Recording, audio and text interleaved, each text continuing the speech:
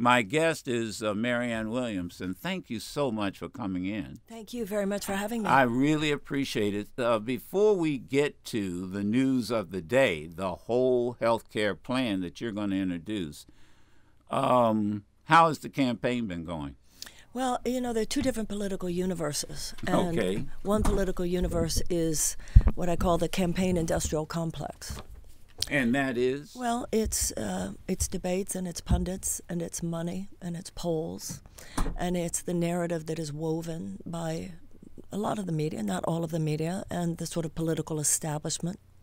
And then there's a completely different world, and that is when a candidate is actually talking to voters. Now, that first world I find very corrupt, very elitist, and almost undemocratic. It is undemocratic. It's anti-democratic.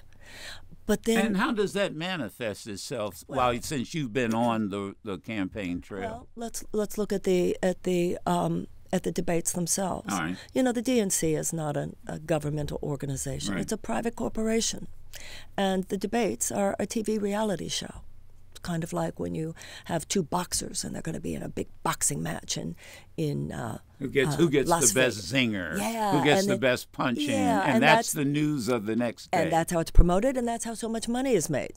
Okay, so the same thing here. There's a lot of money made by mainstream media, and then this whole idea that there is somehow some inherent good in what whittling down the choices, narrowing the choices. Now, the truth of the matter is, it's the voters who should narrow the choices. That's what primaries are for.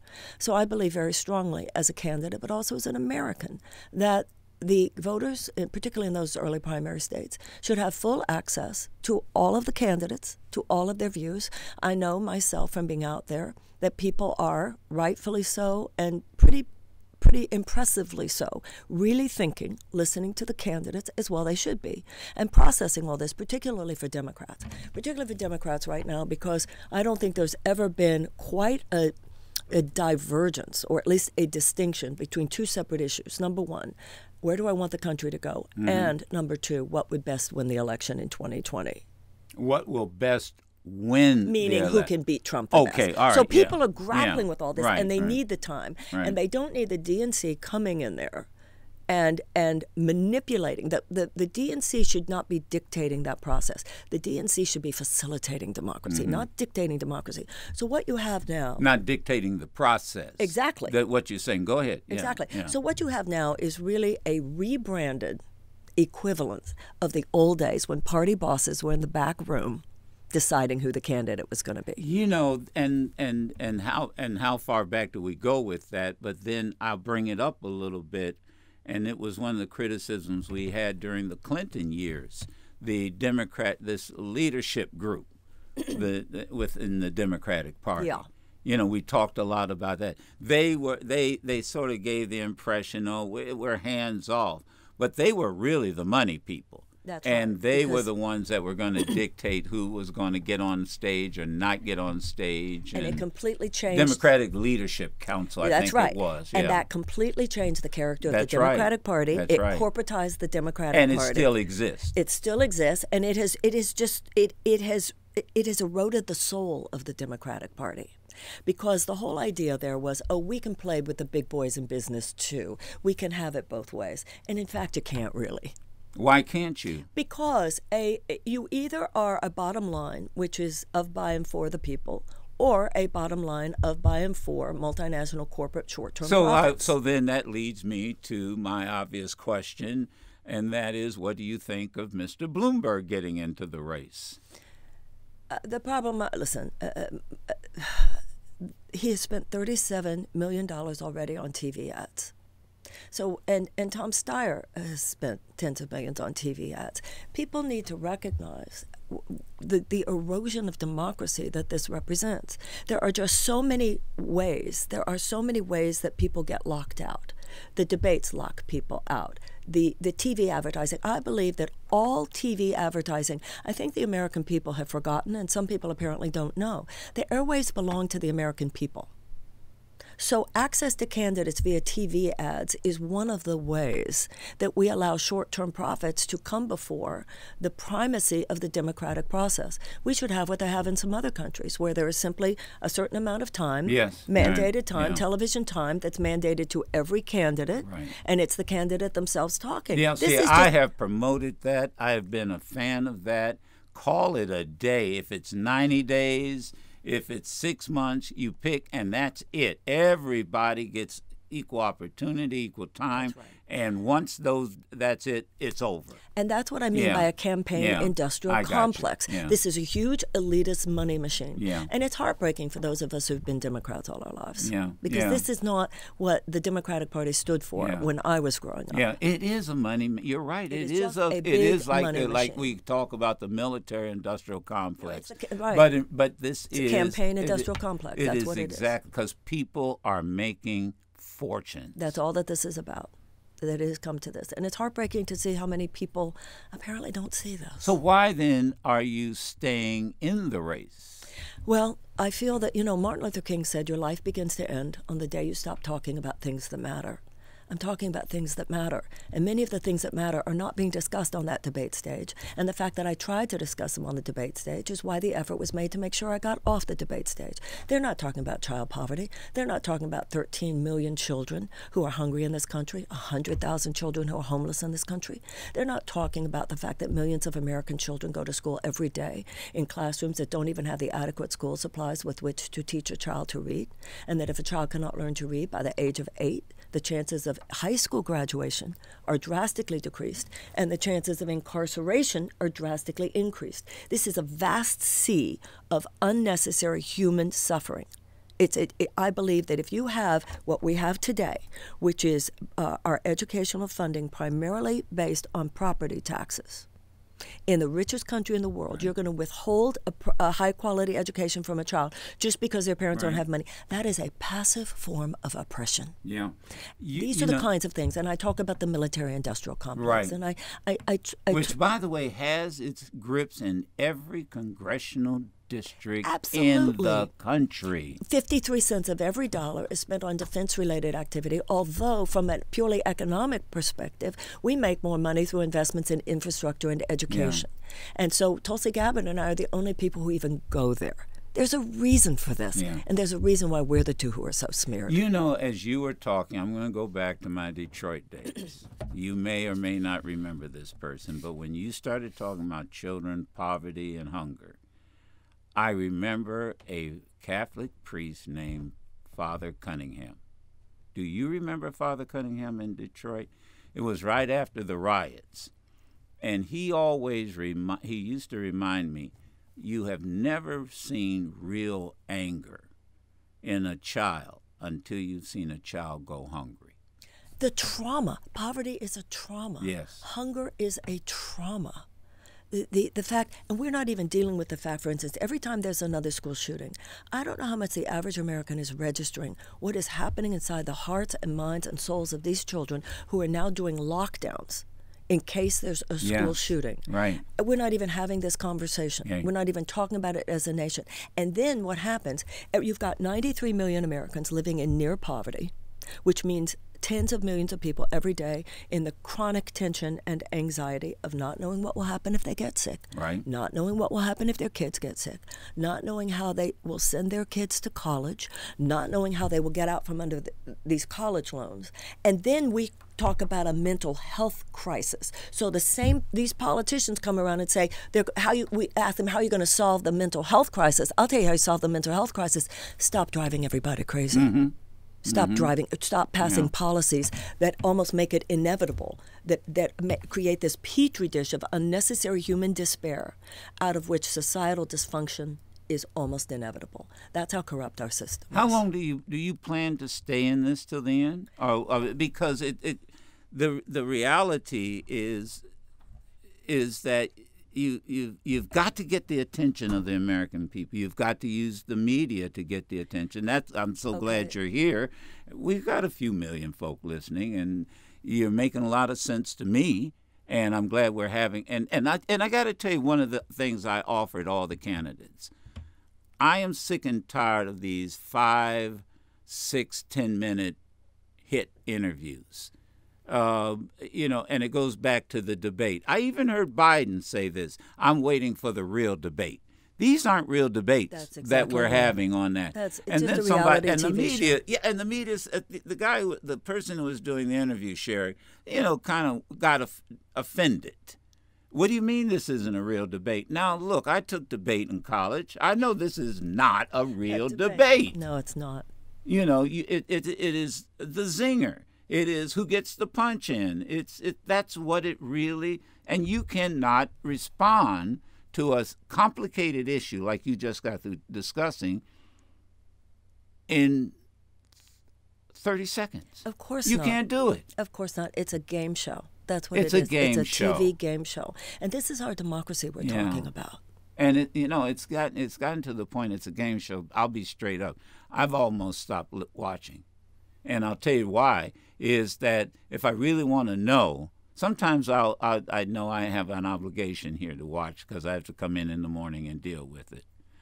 But I know pretty much my audience is only going to get what some commentator tells them or talking heads tell them the next morning. One of the things that has...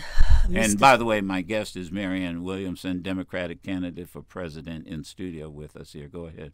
One of the things that mystifies me is the difference in attitude between the Republicans towards the RNC versus the Democrats towards the DNC. Mm-hmm. The Republicans tend, from what I can see, to look at the RNC as just our administrative office. They work for us.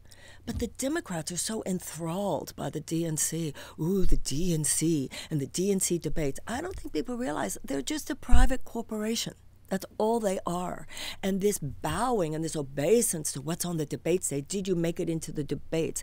And then there's this whole matrix of collusion there, because then you have all these forums, such as climate forums or LGBTQ forums or J Street Forum. And what they do is they rescind the invitation to the candidate, I know because I am one, if you quote unquote didn't make it into the debates. So it's really it's a conspiracy to create a narrative, and then people say, oh, well, they're a long shot. And of course, if for someone like myself, if you have the word long shot written before your name every time you're mentioned. So what it is, last time, we know that this did not work out well. We know that the DNC last time put their finger on the scale and said it had to be her.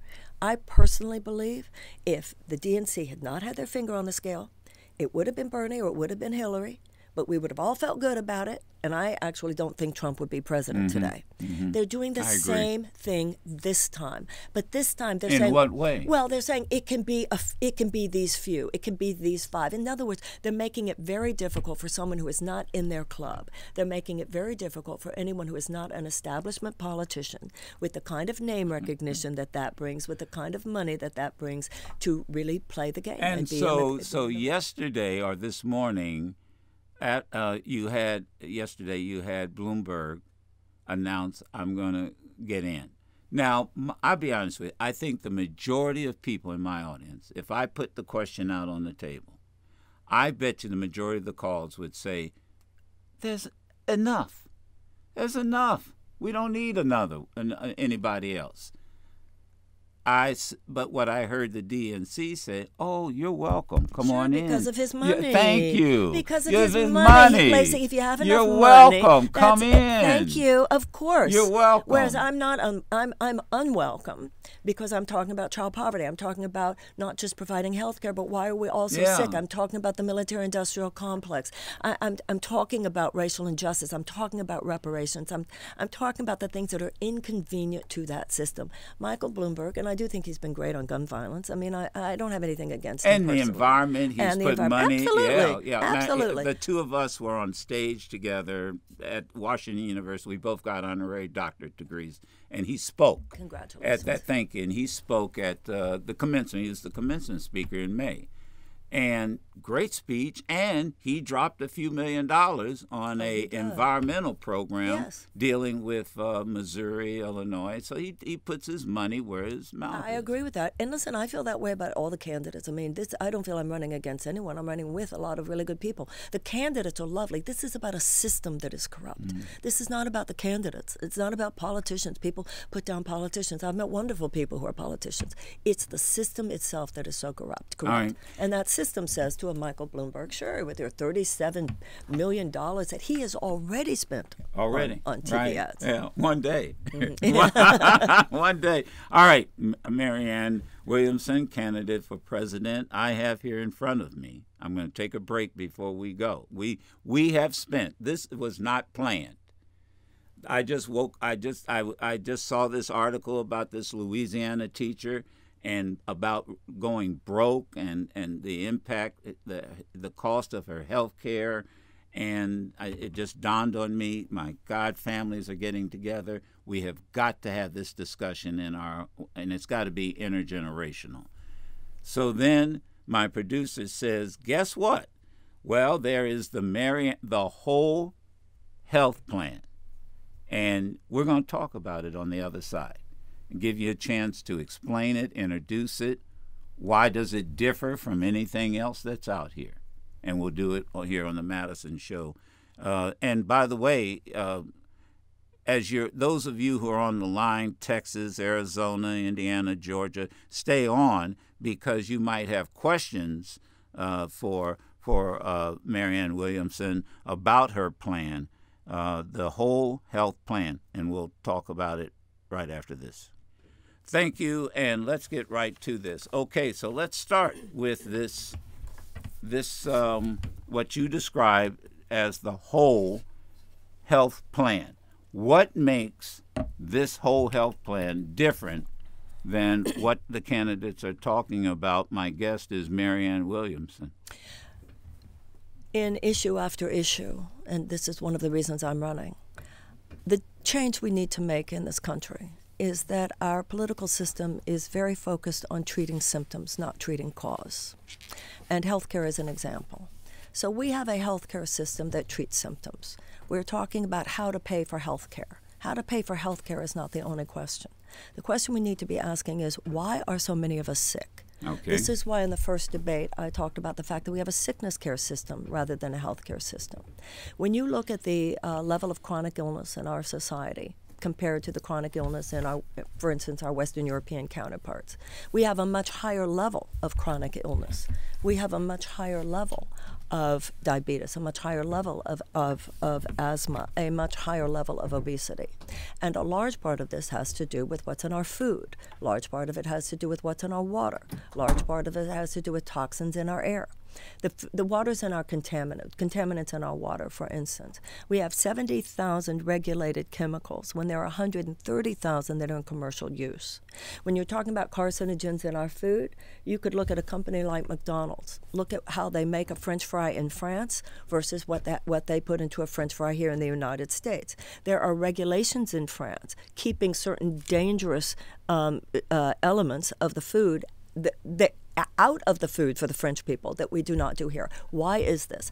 The reason for this has to do with our food, it has to do with our air, it has to do with food companies, chemical companies, agribusiness, agricultural practices. There are so many ways that because our economic system has so corrupted a virulent strain of economic system has so corrupted our government that our government does more to advocate for short-term profits for these huge corporate entities than it does to advocate for us. That is why the FDA has been so weakened.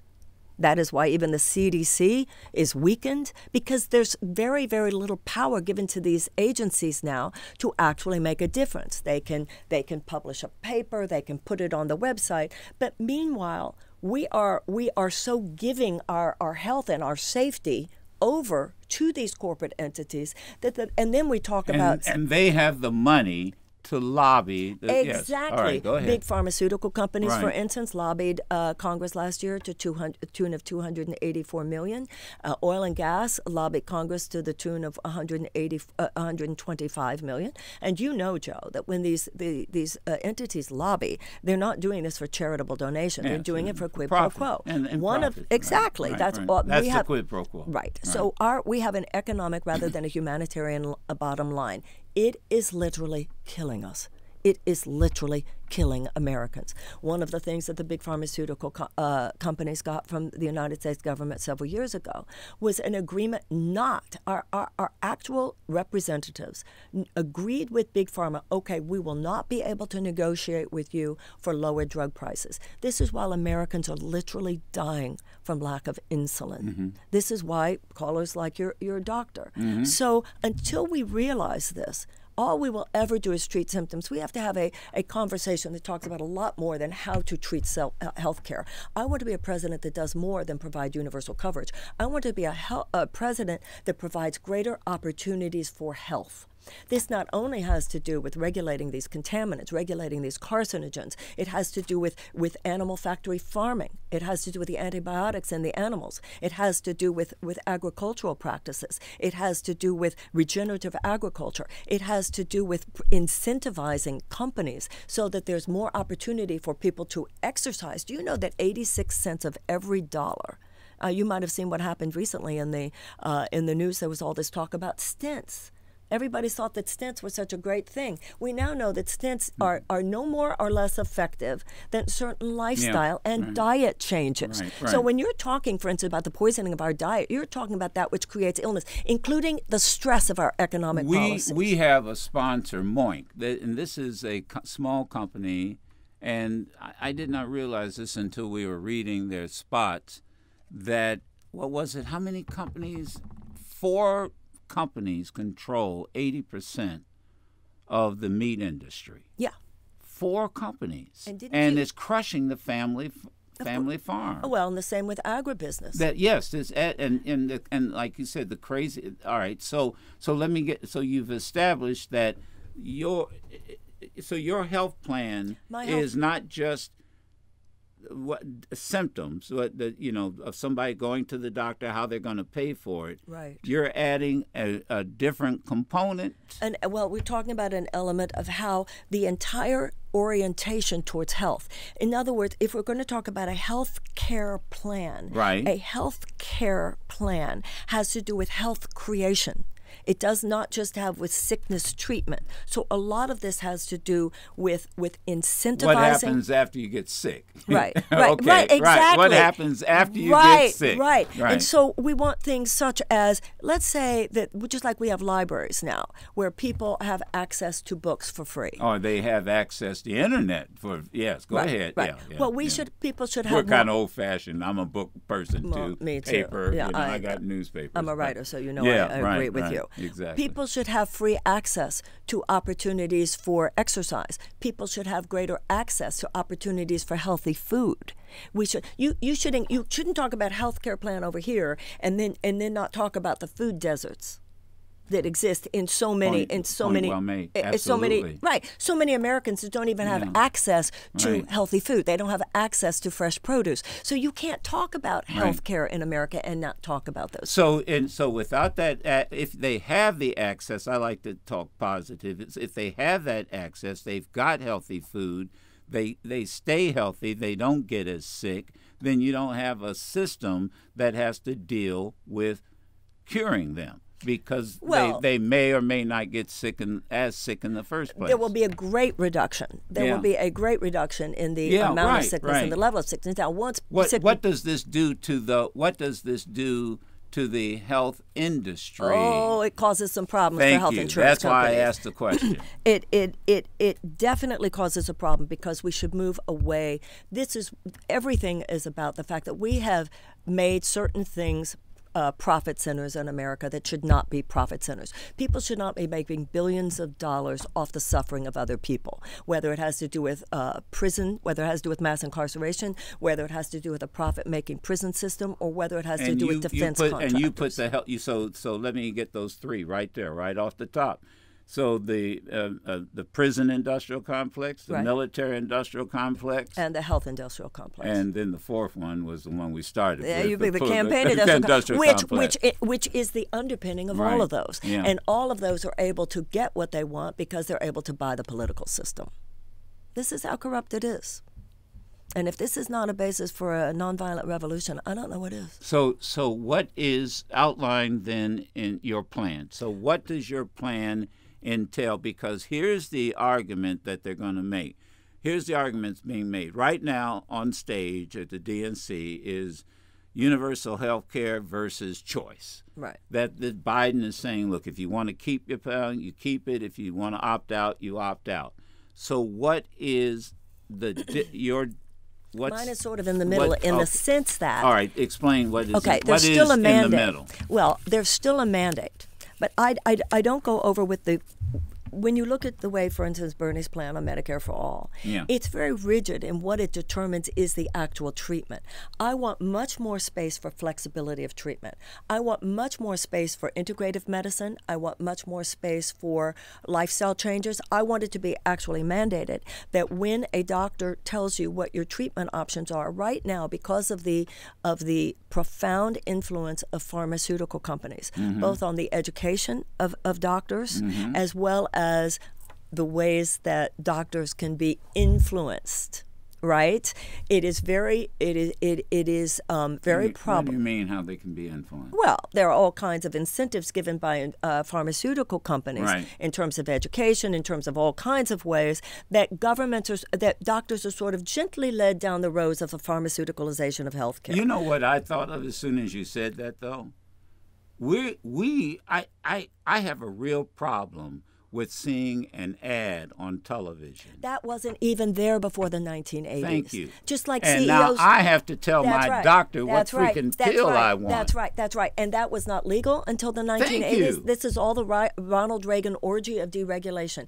It's all part of the same way CEOs couldn't be paid with stock options until the 1980s. It was illegal. And anything you talk about now, which puts us back to a just 50s, 60s, and 1950s, 1960s, 1970s era of kind of putting the public good before short-term profits. It's called socialism. Yeah, you do not, people don't realize this, but you don't hear ad. Do you realize this? We do not have pharmaceutical ads on radio.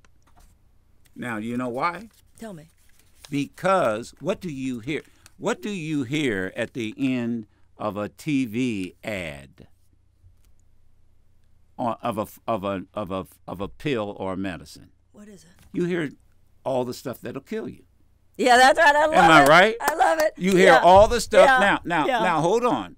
That is side effects might be heart failure. Side effects might be heart sudden failure. Death. And I love call your therapist if you're suicidal. I love that. Thank you. and then they couple it, because this is how clever they are. They couple it with a scene of two people sitting in a bathtub on a cliff, or, holding hands, or some beautiful scenery, because you know this, your mind, one thing at a time. But here's the deal. In radio, I would have to read it. The law requires that I must read all that crap that will kill you if you get this pill. Well, when I read it, and I don't have the pleasure of a scene overlooking a cliff or a beautiful, it impacts you. Wait a minute. Madison is telling me that I'll get diarrhea and constipation at the same time, and this is why we don't have ads on radio. And this goes back to this goes back to your the way that the industry has impacted us. And the same thing with the DNC. It's all this incredible power of the televised narrative. So let's go back to what in the healthcare plan, it would be mandated as kind of like a part of a patient's Bill of Rights that you have to be told all your options, whatever the latest scientific research is, because the latest scientific research has all kinds of indications that lifestyle changes will make the difference. So the doctor or somebody in that office has to say, you. okay. Has to inform you, not only of what this pill might do, but also what, according to the latest scientific studies, lifestyle changes might now, do. Now, hold on a second. I've got a doctor from Texas. Okay. Online. Do you mind? Yes. No, fine. And I want to say one more thing about that, though. Yeah. Also, the government would be paying. Right now, when you go to the medical schools, our doctors are hardly educated in nutrition at all because of the effect that the pharmaceutical companies have with their money in these medical schools. So it has to be, the government will incentivize greater nutritional counseling and greater education about nutrition, lifestyle changes, et cetera, within the medical schools. All right. Who is it? Travis from Texas. He's a doctor. You've been very patient, and I really thank you. I hope it was worth your while staying online. Don't want to keep you from your patients. Let me get your response to my guest, Marianne Williamson. Hi. How are you doing, Mr. Madison? How are you doing, Mr. Williamson? Yeah. I concur. I've called your show a couple of times before, and I only call on healthcare because that's the only thing I pretty much know about. But we have a very dysfunctional, it's immoral and unethical health system where you move the Hippocratic Oath to the side and bring in profit sharing and all of that kind of thing. That is not health care. That's my point. And so we don't have the forum, and you had mentioned the Commonwealth Fund, who had actually you got the article that started this morning. Right. They are very good at studying other healthcare systems and how they maintain the cause, how they improve the outcomes. We are here in America it's not like that. It's about who can pay the money. Where's the copay? Oh, it's $4,000. Oh, okay. Well, you don't have $4,000. Okay. Well, next, who's got the $4,000? And that is not humanity. That's not medicine. I've done this 40 years, and I do concur with Miss Marianne, and I would like for her to continue to do what she's doing. But, it's very difficult where you have this triangular, the insurance company, the pharmaceutical company, and then you have the Department of Justice, who they all kind of buddy together. And it's, they got their little country club. And if you're not a member, you don't get to find out what's going on. He's so right. I do thank you for bringing that point up, Mr. Madison, and I'll listen. All right, your response. Let's go ahead, and then I'll take a break. He's absolutely correct. And so what the Democratic Party does too often is it addresses the pain, but it refuses to challenge the underlying forces that make all the pain inevitable. And it's exactly what this gentleman said. So we're going to talk about how to treat your sickness. We need to challenge these forces that make all that sickness inevitable. And what makes the sickness inevitable is the obeisance to these huge profit-making entities that keep a grip on the system, and that is across the board. And so it's no different whether you're talking about the campaign industrial complex, whether you're talking about the sickness industrial complex, whether you're talking about the military industrial complex. It's all about the fact that we need to shift paradigm. We need to do more than shift policy. We need to shift paradigm from an economic to a humanitarian bottom line, because we now have a system of soft tyranny. That's what this virulent strain of capitalism that has taken capitalism out of its conscience, has corrupted our government, has hijacked our moral value system. And I like what your guest was saying, and I like what the guest was saying earlier. This is immoral.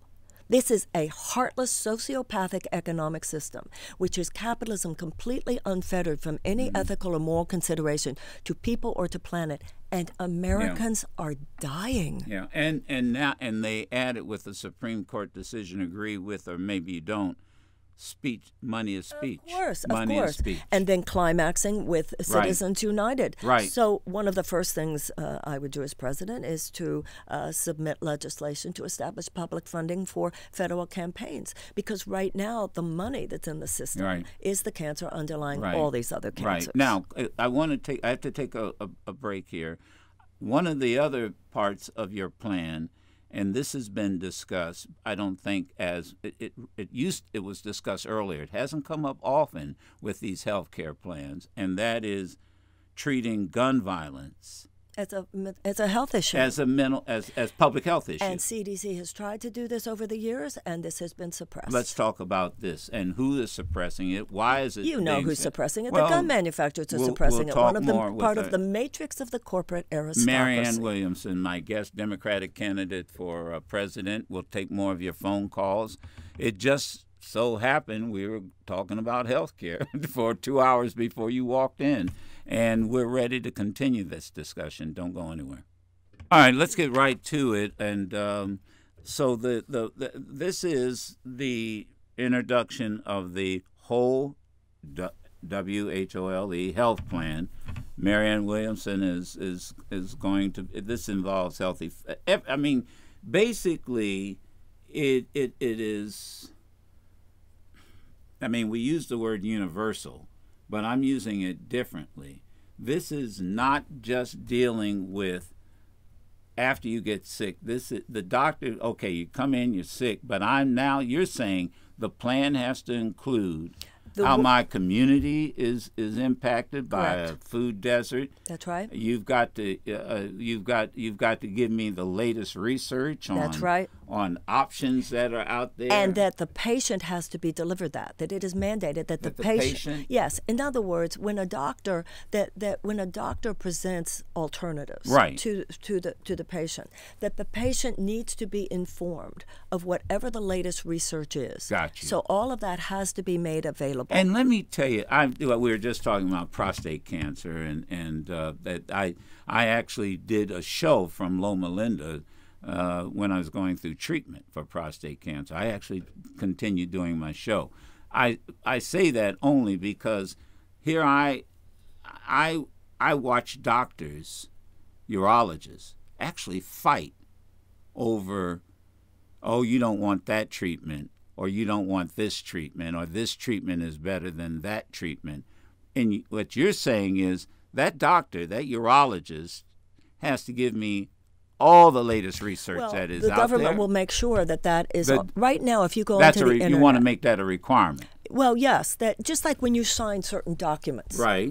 In the doctor's office, one of the documents will be that you have been shown access, and it could be on a website. It could be on a website where the government mandates that the latest scientific research, because if you look at the latest scientific research in issue after issue after issue, you see that the dominance of pharmaceuticalization of medical treatment is not what it appears to be. That is more profit-driven than it is results-driven, and that's what happens when you have a profit-driven healthcare system. When you have a non-profit-driven healthcare system, what they want is results. What they're looking for is results. Right. It's what's going to make the patient well faster. Now, and that has to be part of the health insurance system, and it has to be part of the health insurance system that they're turned into nonprofit entities. Here's the question, and that is, and I'll get to the phones. How do we pay for it? That's always the question. Well, first of all, there is going to be such a reduction in healthcare prices because people are going to be healthier over time, and also it's sliding scale. I think it's very important that America change our paradigm when we think about where wealth comes from.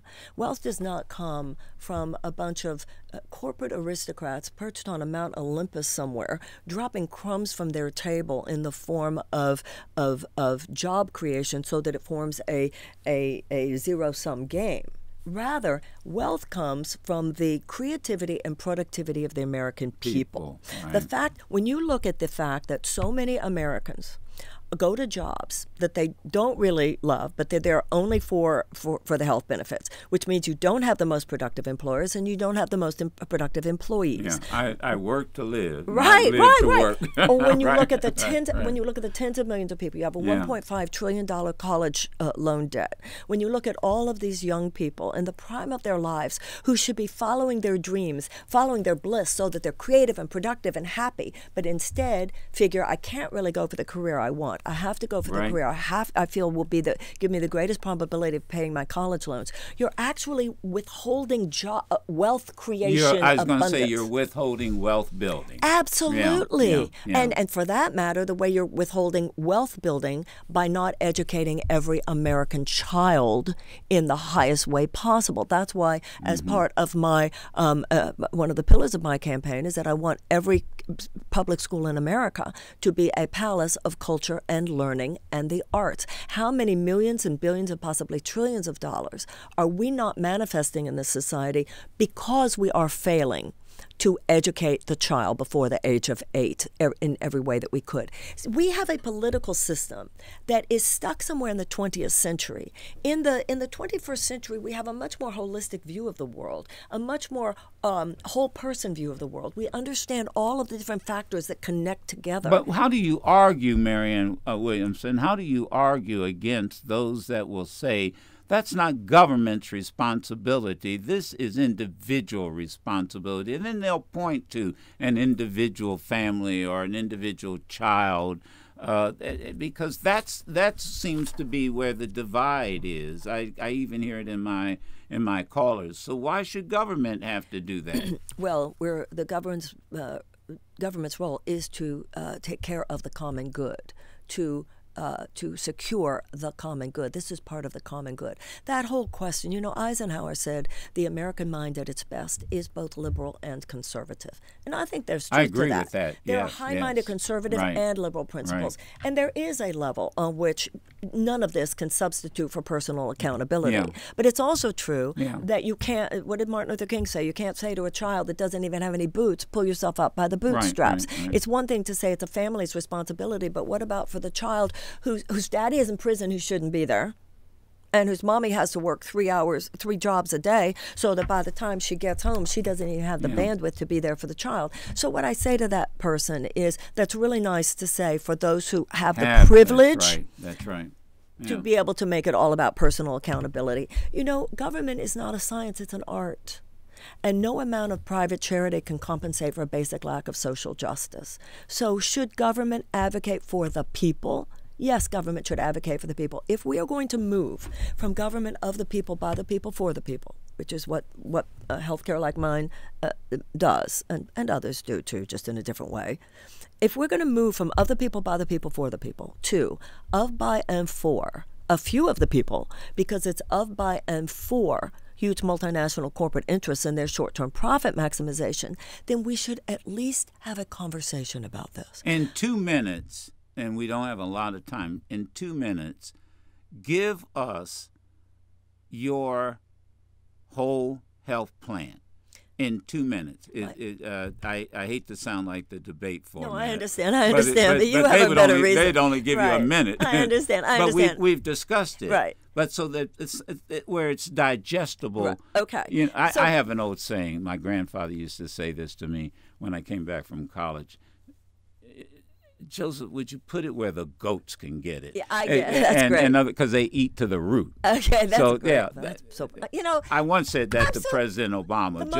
Go ahead. Every time these days that somebody says, my grandmother used to say, or my grandfather, it's usually the most profound. That's right. The most profound. It's like, they knew that? They knew that? I remember that 50 years ago at a Thanksgiving dinner table, and I'm waxing eloquently something a philosophy teacher had said. And he looked at me and said, Joseph, would you just put it where the goats can get it? That's so great. And I went, okay. Let's get to the heart of the matter. Let's get to the heart of the matter. Okay, first the heart of the plan. Okay, first of all, people can go to Marianne 2020, Marianne 2020, Marianne 2020, to see this. This will be published on my issues page, and see all the other issues that I have there. The whole health plan, number one, as we were saying, has to do with government doing everything it can to incentivize health, not just treat sickness, to recognize all the ways is that we have public policy that actually makes sickness more probable. The way the giveaways to food companies, the deregulation of food companies, the giveaways and the deregulation of chemical companies, of food companies, the fact that we have weed killer, we have glyphosates in our food, we allow pesticides to be sold that we absolutely know harm a developing child's brain. We need to give power back to the Centers for Disease Control. We need to give power back to the Food and Drug Administration. Now they are just handmaidens, like so much of government, to these huge multinational interests that sometimes can make more money by poisoning us, essentially. And then pharmaceutical companies that can make more money by making us feel that we have to go the pharmaceutical route, when in many, many cases, diet is just as effective. Lifestyle changes is just as effective. We need to inform people about the equal effectiveness of integrative medicine, functional medicine, diet, exercise, lifestyle changes, and incentivize, make it easier for people, both through health insurance as well as treatment, to actually go these other routes. And we want health insurance to ultimately become a nonprofit situation, that we will have a sliding scale so that everybody has the access and can be part of this. And government in this area, like in so many areas where in my plans and in my issues, government is returned to its rightful place as an advocate for the people rather than advocate just for health insurance companies, pharmaceutical companies, gun manufacturers, food companies, oil and gas, agribusiness, chemical companies, and defense contractors. The people have got to step in now and take our country back to the democratic and humanitarian values, which are what really make us good. And you can't be great if you're not good. All right. Thank you so much for coming in. Thank you so much for having me. I'm glad, and thank you for outlining. Again, give the website if people want to read the details of the whole health plan. Thank you. Marianne2020.com. And that it is listed there. Yes, Marianne. And I guess we can put that up on our website and social media. We'll do that.